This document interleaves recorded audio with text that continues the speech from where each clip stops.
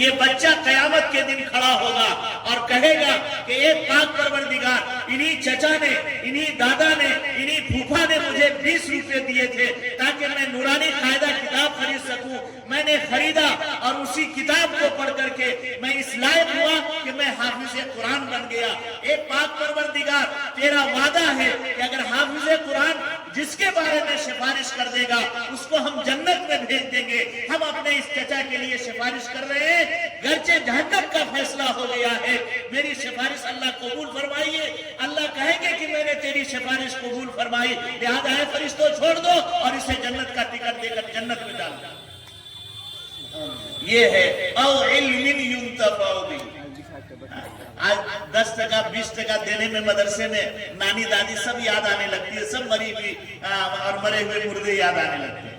او علم ينتفع به، چونکہ وقت صرف 30 منٹ کا دیا گیا ہے، اسی لیے میں اسی میں اپنی بات سمیٹ رہا ہوں۔ صرف 14 منٹ رہ گئے ہیں میرے۔ او علم ينتفع به، آگے فرمایا کہ او ولد صالح يدعو له، یا نیک اولاد چھوڑ کر کے جائیے جو آپ کے لیے ایصال ثواب کر سکے۔ 3 کام سمجھ لیجئے بات۔ من صدقۃ جاریۃ، صدقہ جاریہ والا کام، 2-3 مثال میں نے اس کی دے دی۔ او علم ينتفع به، میں نے اس کے بارے میں بھی بتلا دیا۔ او ولد صالح يدعو له، یا نیک اولاد چھوڑ کر جائیے جو آپ کے مرنے کے بعد آپ کے لیے ایصال ثواب کا کام کرتی رہے۔ بتلائیے نا اپنے ہاں ایصال ثواب کا طریقہ ہے کہ نہیں؟ بولیے نا بھائی۔ ہاں آپ کے ہاں قرآن خوانی نہیں ہوتی ہے کیا؟ مراد میں قرآن خوانی نہیں ہے کیا؟ ہے۔ اچھا اب سنیے، مراجپور میں کسی کا انتقال ہو گیا، آپ تیسرے دن جاتے ہیں پان چوک مدرسہ، قریب میں وہی نہ ہے، اور مولانا محبوب صاحب سے کہتے ہیں کہ 10 بچہ چاہیے، اور وہ بچہ تیسرے دن آ کر کے یا چوتھے دن آ کر کے آپ کے دروازے پر قرآن خوانی کرتا ہے کہ نہیں کرتا؟ پورے سماج میں ہو رہا۔ یہ مراجپور میں چونکہ جلسہ ہے اس لیے میں مثال دے رہا ہوں، اب بغل میں مدرسہ ہے اس لیے میں اس کی مثال دے رہا ہوں۔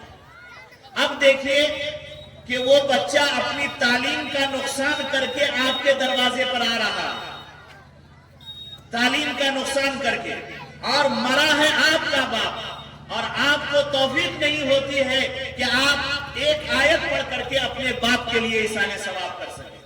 دوسرے کا بچہ آئے گا، دوسرا مولوی آئے گا، اور قرآن جب مکمل ہو جائے گا تو کھانے سے پہلے فاتحہ پڑھ کر کے آپ کے باپ کو بخشے گا۔ بولو ہم آئیں گے ڈگروا سے، ہم کتنوں ہی کوشش کریں گے تو بناوٹی رونا روئیں گے۔ کیا کریں گے؟ بناوٹی رونا روئیں گے۔ ہمارے دل میں وہ درد نہیں ہوگا آپ کے باپ کے لیے جو آپ کے دل میں درد ہو سکتا ہے، اور ہم رو رو کر کے دعا کر دیجئے، اور آپ سوچے کہ باپ رے ہمارا مردہ جو باپ نے جنت میں چلا گیا، اور ہم نے بھی سوچا کہ ہم نے رو رو کر کے دعا کی ہے، مجمع پر بڑا اثر پڑا، ہمارے دل میں یہ بات آئی، ثواب وہی ختم، ثواب وہی ختم، تو مردے کو کیا خاک ثواب ملے؟ اور سنیے، اس کے بعد 10ویں دن قرآن خوانی کرتے ہیں۔ ہم کو یہ پورا مجمع جواب دے، ہم قرآن خوانی کے خلاف نہیں بول رہے ہیں۔ آپ اپنے باپ کو آج 11 بجے دن میں یا ظہر کے بعد دفن کیا ہے، کیا مردہ 4 روز کے بعد قبر میں آتا ہے حساب لینے کے لیے؟ بولیے نا بھائی، بول ہی نہیں رہے آپ، نہیں پتا ہے کب آتا ہے فرشتہ؟ اسی وقت نہ آ جاتا ہے، 3 ہی سوال کرتا ہے، یہ سوال بھی آؤ اس کا جواب بھی آؤ۔ آج تک دنیا میں سنے ہیں کہ کوئی سوال آؤٹ ہو جائے اس کا جواب بھی آؤٹ رہے؟ ابھی پیپر لیک ہو گیا CBSE کا، دیکھیے دھرنا پردرشن جاری ہے، ابھی بھی مار کار ہو رہا ہے، اور کہا جا رہا ہے کہ کینسل کرو امتحان کو۔ ایک پرچہ لیک ہو گیا، یہاں تو اللہ تعالیٰ نے بہت پہلے پرچہ لیک کر دیا کہ 3 ہی سوال قبر میں ہونے، اگر تینوں کا جواب دے دیا تو ٹھیک ہے، اور اس کی جواب کی تیاری کے لیے بھی پورا موقع دے دیا ہے۔ 60 سال 65 سال 70 سال 40 سال جس کی جو عمر ہے وہ اسی سوال کی تیاری کے لیے عمر ہے۔ اب سنیے، ہم سوال آپ سے یہ کرتے ہیں کہ آپ نے ابھی مردے کو دفن کیا، آپ کو باپ سے واقعی محبت ہے تو اسی وقت سے قرآن خوانی ہونی چاہیے. چونکہ فرشتہ پہنچتا ہے 3 ہی سوال کرتا ہے. اگر جواب دے دیا تو فبہا، اگر جواب نہیں دیا تو اس پر اندھے بہرے گونگے فرشتے مسلط کر دیے جاتے ہیں، جو اسے مارتے ہیں، جو اسے ڈراتے ہیں، دھمکاتے ہیں، اور اتنی زور کی چیخ ان کی نکلتی ہے کہ انسان اور جنات کے علاوہ دیگر مخلوقات تک وہ آواز پہنچ جاتی ہے. اتنی بھیانک آواز ہوتی ہے. اب بتلاؤ اگر یہاں دنیا میں کسی پر ایک ڈنڈا مار دیا جائے کتنی زبردست چیخ ہوتی ہے، لوگ دہل جاتے ہیں.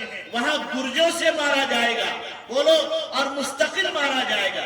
ایک گرز فرشتہ مارتا ہے تو انسان کئی گز زمین میں دھس جاتا ہے قبر میں، پھر اس کو نکالا جاتا ہے، پھر مارنے کا سلسلہ جاری رہتا ہے.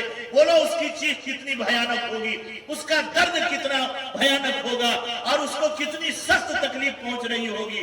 میں تو یہ کہتا ہوں اگر کسی مردے کی ایک چیز دنیا میں سنا دی جائے تو شاید پوری دنیا کے انسانوں کے کان کے پردے پھٹ گئے. یہ صورتحال ہوتی ہوگی میرے بھائیوں. اور آپ کو باپ سے محبت، باپ نے آپ کے لیے زمین خریدا، مکان بنایا، خوبصورت سی بیوی لا کر کے دیا، سب کچھ کیا، اپنی زندگی کو اجیرن بنا کر کے آپ کی زندگی کو سنوارا، اور آپ تیسرے دن پوچھنے کے لیے جائیے گا. کیسے بے غیرت اولاد ہے، کیسی بے غیرتی ہے. مردہ کو ابھی پوچھا جا رہا ہے دفن کے بعد، اور آپ تیسرے دن مردہ کو پوچھنے کے لیے جا رہے ہیں. 10ویں منائیں گے. اب 9 دن جو بیچ میں مردے کا کیا ہوا پوچھنے کے لیے گئے نہیں گئے. اس کے بعد چہلم 40واں منائیں گے. 39 دن آپ کے مردے کا کیا ہوا، آپ نے خیریت لی. اگر واقعی آپ کو باپ سے محبت ہوتی تو 40ویں دن 40واں نہیں منا کر کے باپ کی روزانہ خیریت لیتے آپ، اور لینا چاہیے. اب اس کے بعد کیا ہوگا، شب برات کا چاند طلوع ہوگا تو قرآن خوانی کا سلسلہ ایسا شروع ہو جاتا ہے کہ لگتا ہے کہ اسی مہینے میں مردے کی بخشش ہونی ہے، نہ اس سے پہلے ہونی ہے نہ اس کے بعد ہونی ہے. بس قرآن خوانی، قرآن خوانی، قرآن خوانی. ادھر بچے امتحان کی سالانہ کی تیاری کرتے ہیں، امتحان دیتے ہوتے ہیں، اور آپ کا باپ وہ جنت جانے کے لیے بےتاب ہوتا ہے قبر میں. آپ آج ہم پہنچ جاتے ہیں کہ مفتی صاحب، مولانا صاحب 10 بچہ دیجیے. بچے امتحان دے رہے ہیں اور فرصت نہیں بچہ کو، نہیں ابھی بچہ کو فرصت نہیں، دوسرے دن آئیے گا، امتحان ہو جائے گا. چلے گئے. اب جب کب آئیں گے، رمضان میں چندہ کرنے کے لیے مفتی صاحب آئیں گے، تب سارا بھڑاس نکالیں گے. لگتا ہے کہ ان مولویوں نے، ان مدرسے کے بچوں نے ٹھیکہ لے رکھا ہے، ذمہ داری لے کر رکھی ہے آپ کے مردوں کو جہنم سے چھٹکارا دلا کر جنت میں پہنچانے. کیسے بے غیرت قوم ہے، کیسے مسلمان ہیں، سمجھی کبھی بات نہیں آتی. سال میں ایک مرتبہ 10 کلو دھان دے دیا، اگر قرآن خوانی کے لیے وقت پر بچہ نہیں پہنچا تو وہ 10 کلو کا دانہ دیتے ہیں. آپ کی ساری نیکیاں دھڑی کی دھڑی رہ جاتی ہیں. یاد رکھیے، آپ کی نماز جائے، آپ کا روزہ جائے، آپ کا حج برباد، آپ کی صدقات برباد، ساری نیکیاں برباد. اور کیا کہتے ہیں، گناہ لازم. ایسی کام، ایسی حرکت ہرگز نہ کیا کیجیے. میں بڑے درد کے ساتھ کر رہا ہوں، بڑا المیہ ہے مدارس والوں کے ساتھ، چونکہ ہمیں بھی ڈگروا میں جھیلنا پڑتا ہے، بہت ساری باتیں سننی پڑتی ہے. حالانکہ بہت واشنگ ہو رہی ہے لیکن پھر بھی لوگوں کو سمجھ میں بات نہیں آتی ہے. اور جب فیلڈ میں چندے میں جاتے ہیں تو ہاں مفتی صاحب ہم گئے تھے بچہ لانے کے لیے، آپ نہیں دیے. کیا اس دن اگر قرآن خوانی نہیں ہوتی تو آپ کا مردہ جنت میں نہیں جاتا؟ اگر دوسرے دن، تیسرے دن، 5ویں دن اگر قرآن خوانی ہو جاتی، ثواب پہنچانا اگر مقصد ہوتا تو ثواب اس روز بھی مل جاتا. لیکن چونکہ آپ کو تیسرے ہی دن کرنا ہے، 10ویں دن ہی کرنا ہے، 40ویں دن ہی کرنا ہے گنتی کے ساتھ، اور شعبان کا چاند طلوع ہوگا تبھی کرنا ہے. اے بھائی، ایک مدرسے میں اگر 10 بچے ہی ہیں ہاسٹل میں تو بولو اگر ایک دن میں 4 جگہ قرآن خوانی ہوگی تو وہ بچے کہاں جائیں گے؟ کچھ سمجھ میں بات آتی ہے آپ؟ پہا ان مفتیوں نے مسئلہ کو، اور قرآن خوانی کے لیے مسئلہ آپ کھڑیں گے، مسئلہ آپ بدلائیں گے. میرے بڑے والد محترم جو امیر جماعت اپنے حلقے کے ہوا کرتے تھے، میرے یہاں 31 ذیلی مساجد ہیں ہماری مرکز والی مسجد میں، جس ہمارے گاؤں میں مسجد ہے. میرے بڑے والد محترم اس کے امیر جماعت ہوا کرتے تھے. 2004 میں ان کا انتقال ہوا. میں بھی قرآن خوانی میں جاتا تھا, میں بھی قرآن خوانی کی کھایا کرتا تھا. جب میرے گھر میں موت ہوئی, پہلی موت میری موجودگی میں, تو میں نے مروجہ قرآن خوانی کی مخالفت کی اور میں نے قرآن خوانی نہیں ہونے دیا. کیا میرے بڑے ابو جنت میں نہیں گئے ہوں گے؟ یقیناً ہم کو یقین ہے کہ وہ جنت میں ٹہل گئے. آج تک قرآن خوانی نہیں ہوئی. اسی 25 جنوری کو 2025 میں میری والدہ کا انتقال ہو گیا. بڑے بڑے علماء اور صلحاء ان کے جنازے میں شریک ہوئے. اپنے اپنے وقت کے کتب لوگ بھی اس میں پہنچے.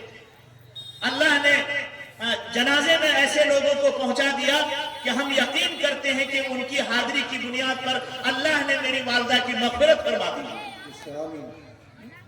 میں نے قرآن خوانی نہیں کیا, آج تک نہیں کیا. تو کیا ہم نالائق اولاد ہو گئے؟ نعوذ باللہ. کیا ہم اپنے ماں باپ کے لیے مخالفت کرنے والے ہو گئے؟ ارے اگر ہم کو قرآن خوانی کرانا ہی ضروری ہوتا تو ہم جیسا آدمی نہیں کراتا کیا؟ لیکن نہیں کروایا قرآن خوانی. سماج کے لوگوں نے پوچھا بھی کہ مفتی صاحب کا کیا ارادہ ہے. لوگوں نے کہہ دیا کہ وہ تو قرآن خوانی کی مخالفت کرتے ہیں, مروجہ قرآن خوانی کی نہیں, مروجہ قرآن خوانی کی مخالفت کرتے ہیں, لہذا وہ قرآن خوانی نہیں کروا رہے ہیں. کسی نے کچھ نہیں کہا. مجھ سے براہ راست کسی نے پوچھا بھی نہیں کہ آپ نے اپنی والدہ محترمہ کے لیے قرآن خوانی کیوں نہیں کروایا. لیکن میں روزانہ ایک آیت ہی صحیح, سنو میرے بھائیوں, ایک آیت ہی صحیح روزانہ پابندی سے پڑھتا ہوں اور اپنی والدہ کے لیے اور اپنے بڑے والد کے لیے ایصال ثواب کرتا ہوں. پابندی ہے میرا. میں بیمار رہوں, صحت مند رہوں, آندھی چلے, طوفان چلے, بادل گرجے, میں ہر حال میں ایک آیت ہی صحیح پڑھتا ہوں اور روزانہ اپنی والدہ محترمہ اور بڑے ابو کے لیے ایصال ثواب کرتا ہوں. بولو, روزانہ نقد ثواب جا رہا ہے اور جنت کی کیاریوں میں وہ لوگ ٹہل رہے ہیں. لیکن اگر 10 دن پر کر کے, 40 دن پر کر کے اور شب برات میں کر کے چھوڑ دیتے, درمیان میں کیا ہو رہا ہے کون جاتا پوچھنے کے لیے. اسی لیے کہا او ولد صالح یدعو, اے لوگوں نیک اولاد چھوڑ کر کے جاؤ تاکہ تمہارے لیے ایصال ثواب کا کام کرے. اور سنیے, یہ بات مجمع میں بولنے کی نہیں لیکن مجبوراً میں بول رہا ہوں. آپ پان چوک سے 15 بچے کو لے کر گئے, کیا بچے کو بولیے نا, 15 بچے, یا ڈگرواہی سے لے کر گئے, یا مکتب چل رہا, مکتب سے 15 بچے کو لے کر گئے. آپ لے کر کے 7 بجے صبح چلے گئے اور بٹھا دیا, قرآن پڑھ رہا ہے بچہ. آپ نکل گئے, اے بابو کیا ختم کیے؟ تو ابھی تو 25 پارے ہوئے, جلدی جلدی کرو, پورا کرو, ایک ختم کر لو تاکہ ناشتہ کرا دیں. بچوں نے آنکھوں آنکھ میں ملا لیا کہ جب تک ایک ختم نہیں ہوگا تب تک یہ ناشتہ نہیں کرائیں گے. تو اب ان کا ختم بھی اپنے انداز میں ہونے لگتا ہے. یہ 5 پارے جو ہے نا, 10 منٹ میں 5 پارے مکمل کر لیتا ہے. اگر ناشتہ عمدہ کھلایا تب تو بچہ سب بولتا ہے کہ دیکھو ناشتہ بڑھیا کھلایا تو اس کا مطلب کھانا بھی بڑھیا ہوگا. اس لیے اب جو ناشتے کے بعد پڑھنے کے لیے کہے گا نا تو تھوڑا سا بڑھیا پڑھ دے گا, تھوڑا سا بڑھیا پڑھ دے گا. بچوں کی اپنی فطرت ہوتی ہے. تھوڑا سا بڑھیا کیا پڑھے گا کہ کچھ پارے کو تو چلو اطمینان سے پڑھ دیا. اس کے بعد چونکہ آپ بولتے ہیں کہ کھانے کے بعد, ناشتے کے بعد 2 ختم کر دو بچوں, اس کے بعد پھر کھانا کھانا, یا ابھی جانا آرام کر کے پھر ظہر کے بعد کھانا کھلائیں. اب 2 ختم کرنا ہے اور اس کو جو ہے 1 گھنٹہ, 1.5 گھنٹہ, 2 گھنٹہ بیٹھنا ہے وہاں. تو وہ ختم جو کرنے لگتا ہے تو اپنے طریقے پر ختم کرتا ہے. کیسے؟ دیکھیے قرآن ایسے نا, ورق ایسے نہیں پلٹا جاتا ہے. ایک صفحہ یہ ہے تو ایسے ہلانا, ایسے ایسے کہ ایسے ہے, یہاں سے وہاں پر ایسے نہیں, ایسے یہ صفحہ پورا ہوتا ہے تب یہ. تو بچہ کیا کرتا ہے, ایسے صفحہ پڑھنے لگتا ہے, ایسے ایسے. ایک پارہ پڑھنے میں غیر حافظ کو کم از کم 30 منٹ لگتے ہیں, اور وہ طالب علم جو حافظ بھی نہیں ہوتا ہے 5 منٹ میں ایک پارہ مکمل کر دیتا ہے.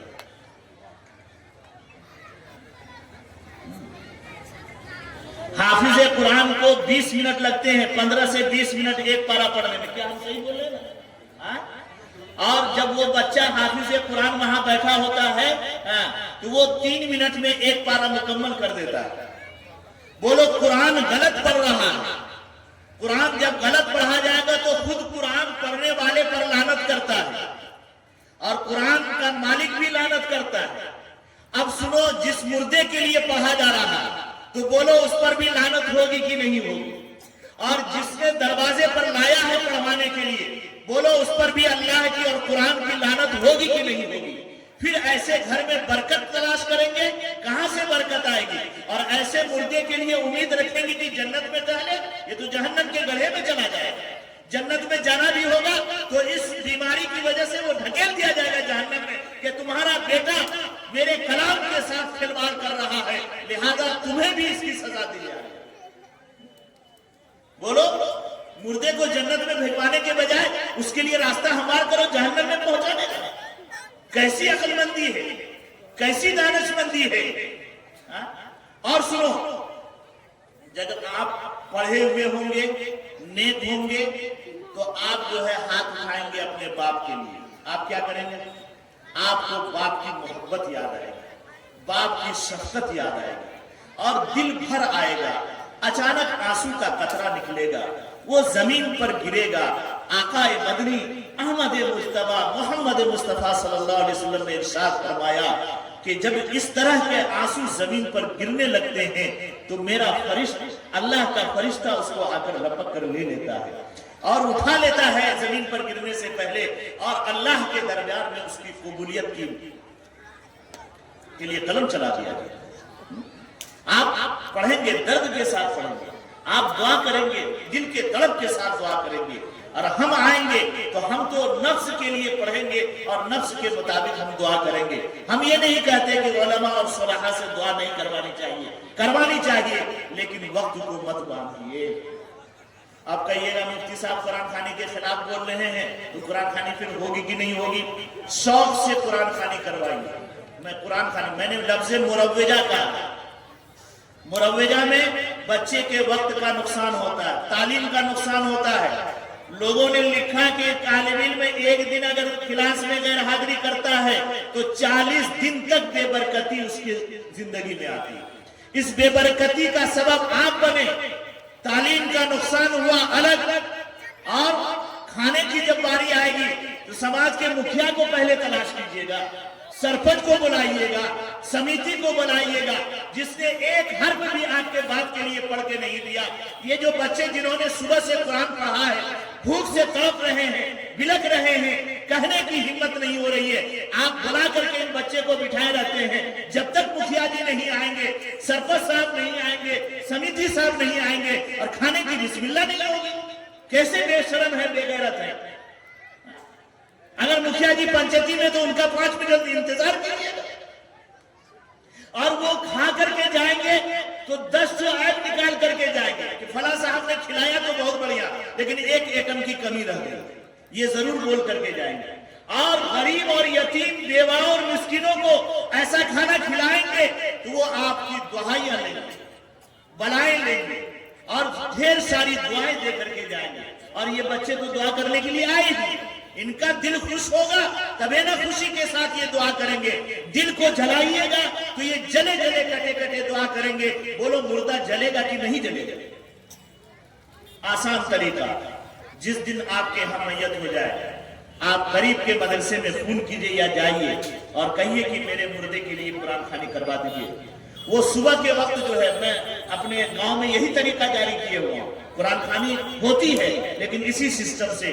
مدرسے کے محترم صاحب فجر کی نماز کے بعد جو بچے تلاوت کرتے ہیں، اعلان کر دیں گے کہ اے بھائیو، تم لوگ تلاوت کرو لیکن فلاں مردے کے نام سے تلاوت کرو۔ بچے کی تلاوت بھی ہو گئی اور آپ کے مردے کو ثواب بھی چلا گیا، اور بچے کا ذرہ برابر تعلیم کا نقصان بھی نہیں۔ اب آپ کو کھلانے کا شوق ہے، کسی دن جائیے مدرسے میں مینو بنا کر کے سب کچھ خرید کر کے دے دیجئے کہ ہماری طرف سے بچوں کو کھانا کھلا دیجیے۔ اور بہت شوق ہے دروازے پر کھلانے کا تو کسی دن دعوت کیجئے۔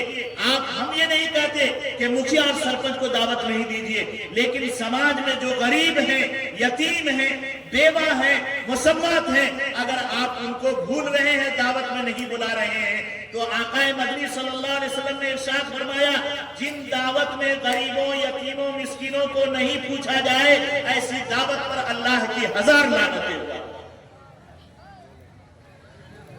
آج سب کو سائڈ کر کے بڑے بڑے